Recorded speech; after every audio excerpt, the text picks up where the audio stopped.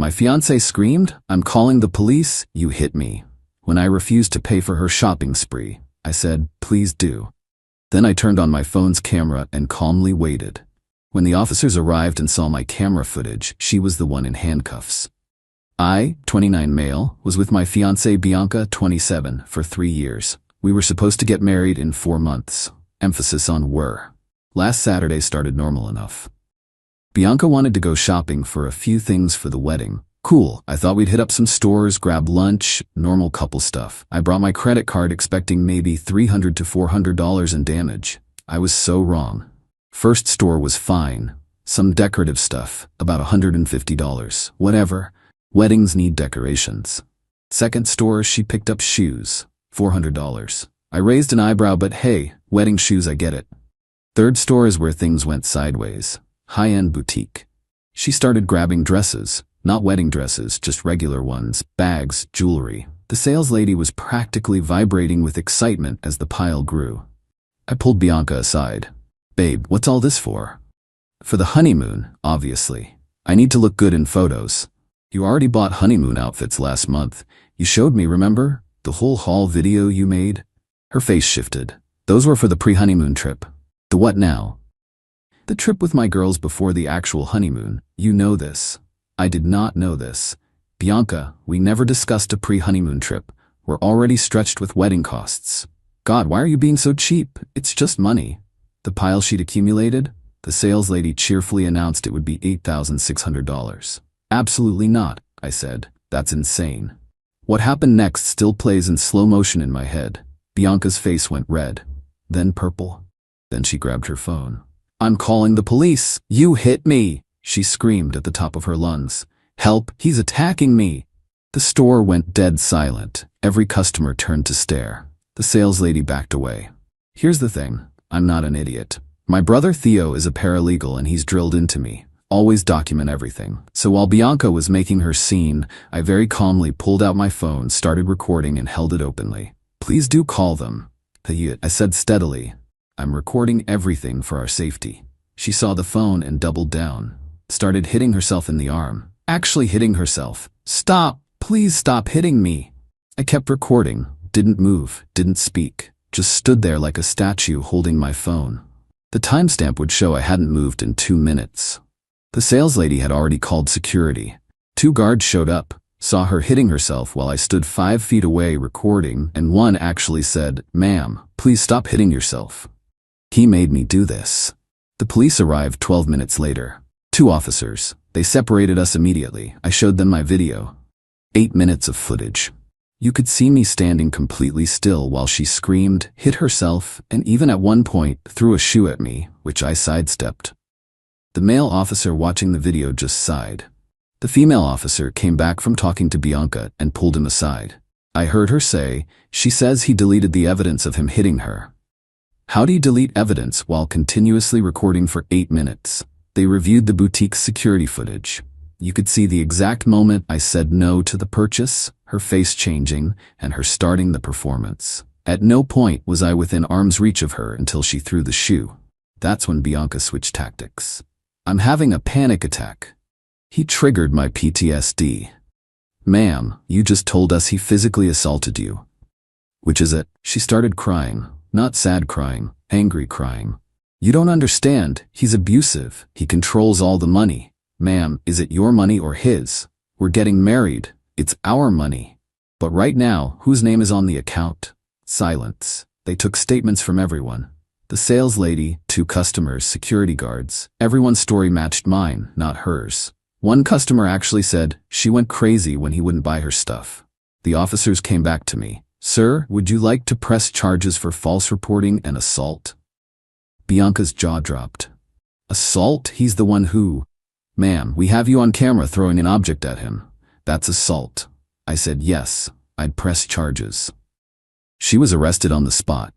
In the middle of the boutique, the sales lady had to awkwardly put all the items back while Bianca was led out in handcuffs screaming that I'd ruined her life. The best part?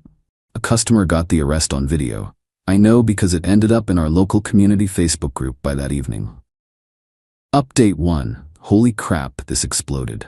To answer questions, yes, I ended the engagement immediately. No, we didn't live together, thank God. Yes, I have a lawyer. So Bianca got out on bail Sunday morning. Her mom Marlene paid it. By Sunday afternoon I had 62 missed calls, 148 texts, ranging from baby please to I'll destroy you. 18 voicemails. Her mom at my apartment door. Her best friend Jocelyn blowing up my social media. Marlene's visit was special. She brought a printed invoice. An invoice for emotional damages to my daughter, $10,000. Wedding preparation time, $5,000.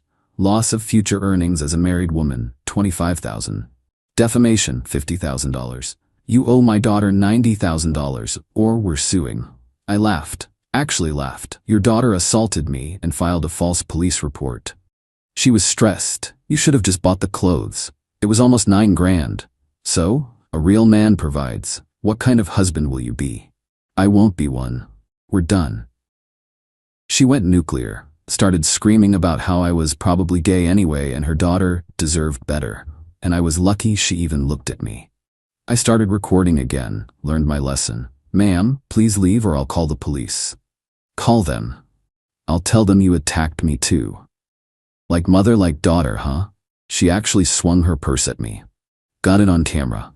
I called the cops. She left before they arrived, but I filed a report. Then came Monday.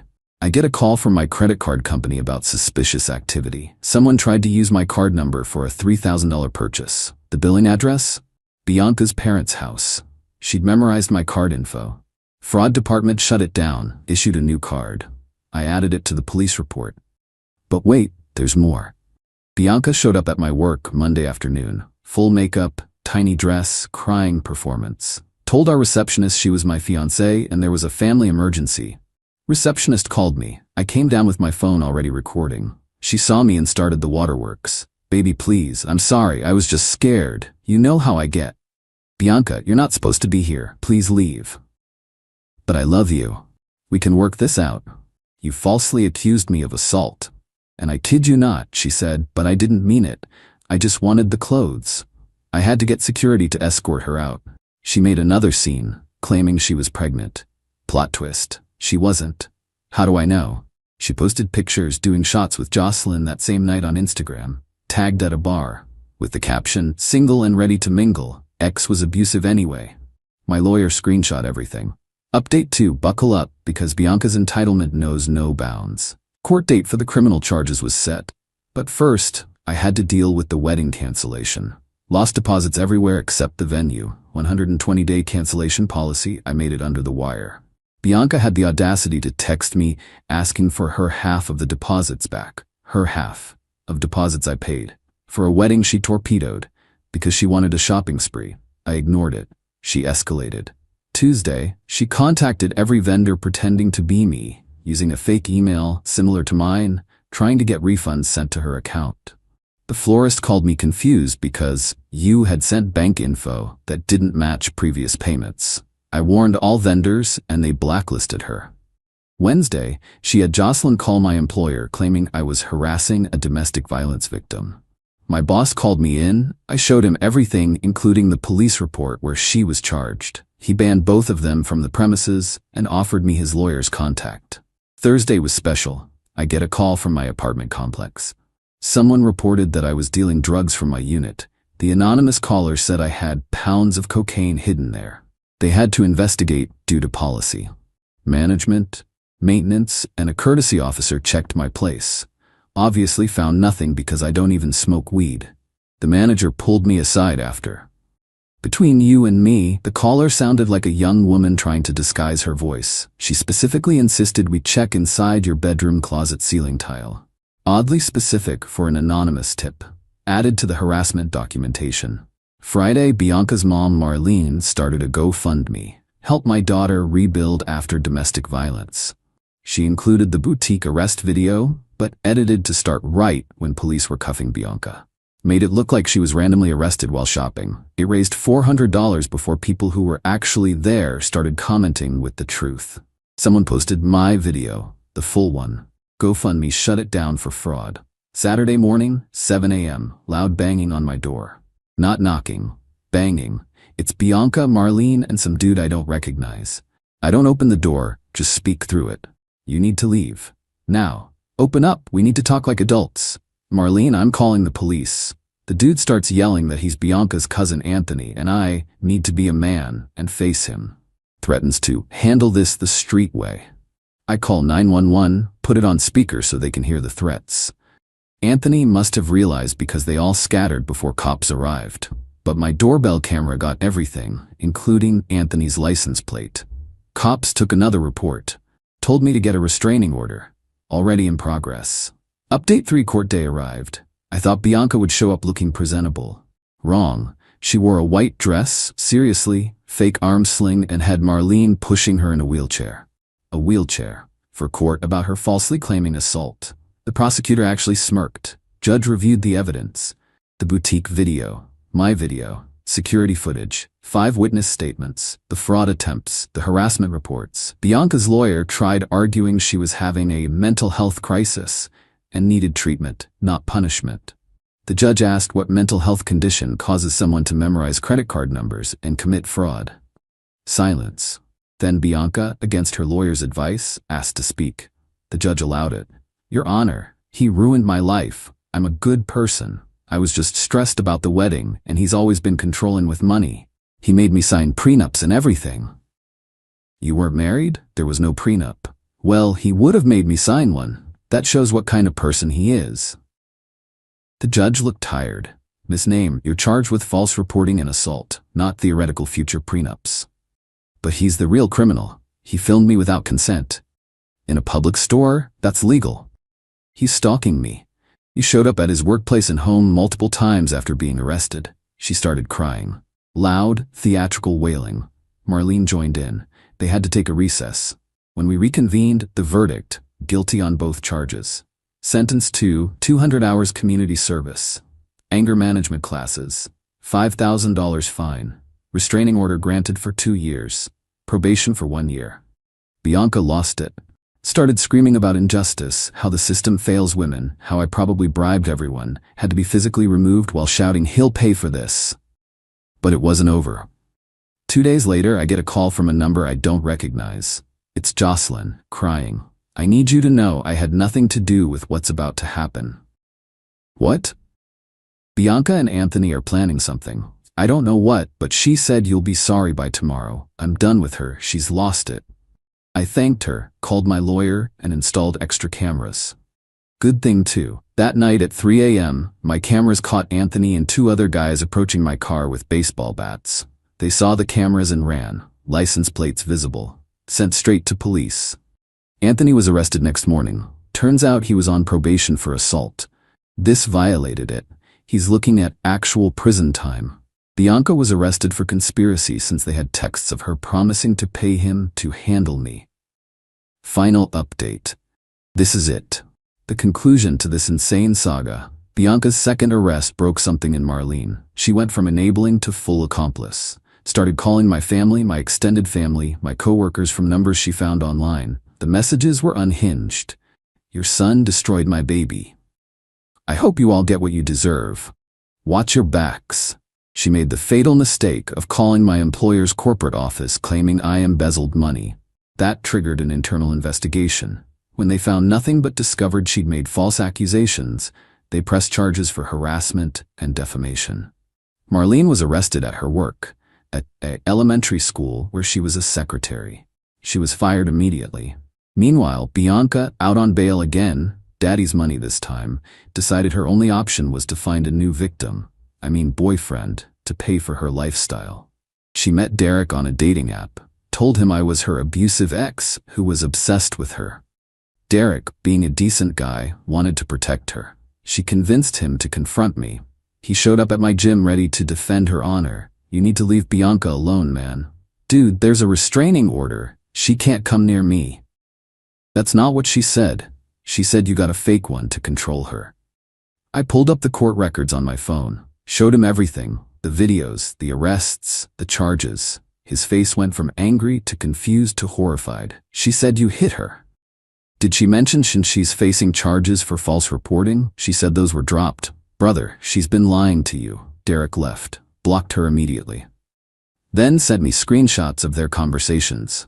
She'd been trying to get him to buy her a car because her abusive ex stole hers. She never owned a car. She'd been using Marlene's. The final court date arrived for the conspiracy charges. Bianca showed up in another white dress. Girl had a theme, this time with a neck brace added to the sling. The judge was the same one from before. He looked at her getup and just shook his head. Evidence was presented. The camera's footage. Anthony's texts with Bianca. Venmo transactions showing she'd sent him money with the note for handling the problem. Her lawyer tried arguing entrapment. The judge asked how I entrapped her into hiring someone to destroy my property. No answer. Verdict: guilty. Conspiracy to commit vandalism. Violation of restraining order. New sentence: 90 days in jail, 3 years probation, $15,000 in fines and restitution. Extended restraining order for 5 years. Mandatory psychological evaluation. She screamed that I'd won, and she hoped I was happy ruining lives. The judge added 30 days for contempt. Marlene was convicted of harassment and got probation and fines. Lost her job, reputation, and apparently her husband finally left her after 30 years of this behavior. Anthony got 18 months in prison for probation violation and conspiracy. Last week, I got a message from Bianca's dad. Not threatening, just sad. Apologizing. Said he'd been enabling them for years and regretted it. His wife and daughter had destroyed their family's reputation in town. He's filing for divorce and moving. As for me, I'm in therapy dealing with the trauma of false accusations. Started dating a woman from my climbing gym who thinks the whole story is absolutely bonkers, her words. She actually asked to see the videos on our third date just to confirm I wasn't making it up. The boutique? They sent me a gift card for $500 for the trouble and banned Bianca for life. They have her photo at the register. Found out through the grapevine that Bianca's now working at a car rental place and living with Jocelyn's ex-roommate. Jocelyn cut her off completely. She apparently tells everyone I'm a narcissist who destroyed her life over nothing. The security footage from the boutique says otherwise. To everyone asking if I regret not just buying the clothes, are you insane? It was never about clothes. It was about control. Today it's $8,600 in clothes. Tomorrow it's a car. Next week it's invest in my MLM. There's no end with people like this. My only regret? Not seeing the red flags earlier. Like when she made a scene at a restaurant because they wouldn't accept her expired coupon.